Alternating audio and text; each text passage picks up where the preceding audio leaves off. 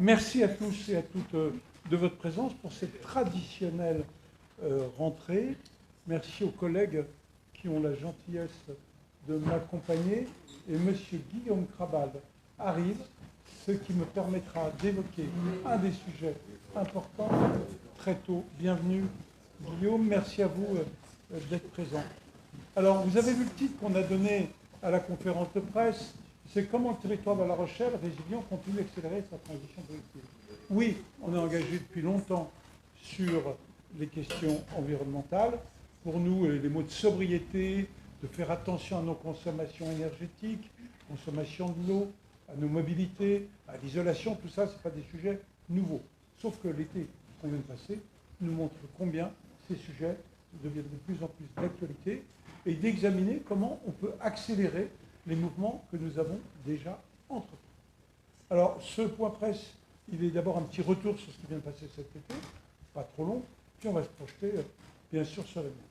Alors, la sécheresse a comme été un des éléments marquants de cet été, avec un côté favorable pour les producteurs de sel de l'huile dorée, mais une grande complexité sur l'agriculture, et notre collègue Guillaume, pratiquement tout l'été, a eu des réunions en préfecture, en cellule de crise, pour voir où en était la ressource, comment on allait assurer la continuité. Et je peux le dire sous ton contrôle, l'affaire n'est pas terminée. C'est une affaire qui va durer encore quelques temps. Alors il est évident qu'il nous faut sécuriser notre approvisionnement. Je rappelle, mais vous le savez déjà tous, que nous avons pris la compétence au plein et entière sur tout le territoire de l'agglomération il y a maintenant 1 an. Il nous reste encore la zone SOR qui basculera dans notre giron à la fin de l'année. Et donc, c'est une responsabilité que nous avons prise et que nous allons assumer pleinement. Plusieurs objectifs pour garantir avec cette ressource. Petit 1, sécuriser les approvisionnements. Ces approvisionnements viennent de captages qui sont partagés avec le monde agricole, qui capte aussi de l'eau dans ses ressources dans la nappe phréatique. Donc il faudra tendre dans les années à venir à mieux protéger, qu'il y ait moins de captage. Le préfet a pris au fur et à mesure de l'été des décisions, mais pour nous, cette eau est très importante parce qu'elle est naturellement propre, elle a peu besoin de traitement. Nous sommes en train de faire un gros travail pour sécuriser toutes les zones de captage, c'est-à-dire acheter les terrains, planter. C'est le modèle de fraise, si j'ose me permettre cette expression. Le reproduire au modèle de fraise, c'est comme c'est très ancien. Eh bien, il y a énormément de végétalisation qui a été faite autour des captages. On n'est pas dans le modèle de casse-mortier qui a défrayé la chronique il y a quelque temps, dans lequel la capacité de protection est très faible. Casse-mortier est très marginal sur les approvisionnements en eau. Mais en tout cas, sur tous les captages qui dépendent de notre agglomération, nous allons continuer ce gros travail de profondeur sous l'autorité de Guillaume Krabal pour s'assurer qu'il n'y ait pas de produits phytosanitaires à proximité des lieux de captage, d'avoir de la forêt, d'avoir des végétations sans aucune utilisation de produits phytosanitaires à proximité. Ensuite, il y a l'usine de Coulonges qui assure une partie, donc c'est de l'eau que nous prélevons dans le fleuve Charente. C'est la partie principale de l'alimentation de notre agglomération.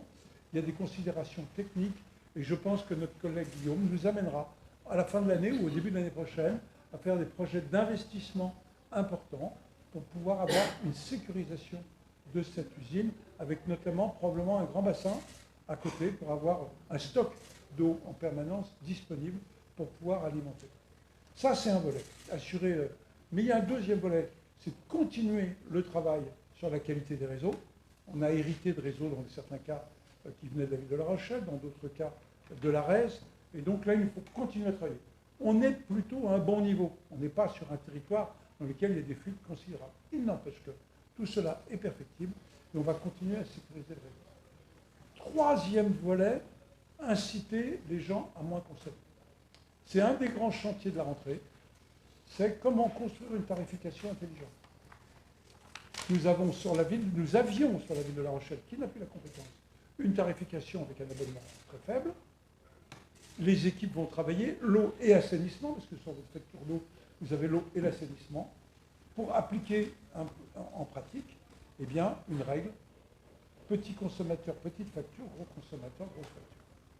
Avec une grande précaution, qu'il n'y ait pas de logement collectif qui soit pénalisé, parce que parfois on ramène, voilà. L'hôpital, précaution importante aussi, gros consommateur d'eau, mais là je veux dire, on ne va pas les restreindre en nous, bien évidemment, et de regarder toutes les situations particulières. Parce que si on fixe le cap, grosse consommation, grosse facture, il faut s'assurer qu'il n'y ait pas des effets négatifs vis-à-vis de certains utilisateurs qui n'ont pas le choix. Donc, vous voyez, un travail de principe entrée-entrée. On vient juste de démarrer. Donc, un travail sur l'eau qui est très important, qui est déjà engagé.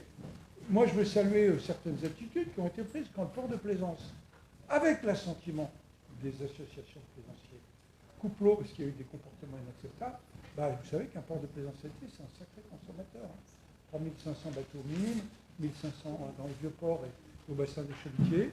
Ils ont pris une position courageuse qu'ils ont ensuite corrigée légèrement en faisant tourner des journées. Voilà, il est évident que cette technique ne sera pas, on essaie de pas trop la réutiliser, mais que chacun soit responsable. Et pour que chacun soit responsable, c'est aussi d'avoir une facturation qui incite une consommation modérée de l'eau. Voilà, pas d'arrosage de jardin au maximum. Voilà, donc un travail de communication, mais qui se fera après d'abord un travail de fond chez nous. Voilà. Sur l'eau, est-ce qu'il y a des choses complémentaires que l'on pourrait dire, Guillaume, que j'aurais omis? Il y a beaucoup de choses. Il y a du J'ai rien dit, du moyen terme. Non, c'est très bien. Non. Ce que je veux dire, c'est qu'il y a un gros travail aussi de renaturation et reméandrage des cours d'eau. Il y a un travail de changement de nos usages vis-à-vis des cultures, des plantations.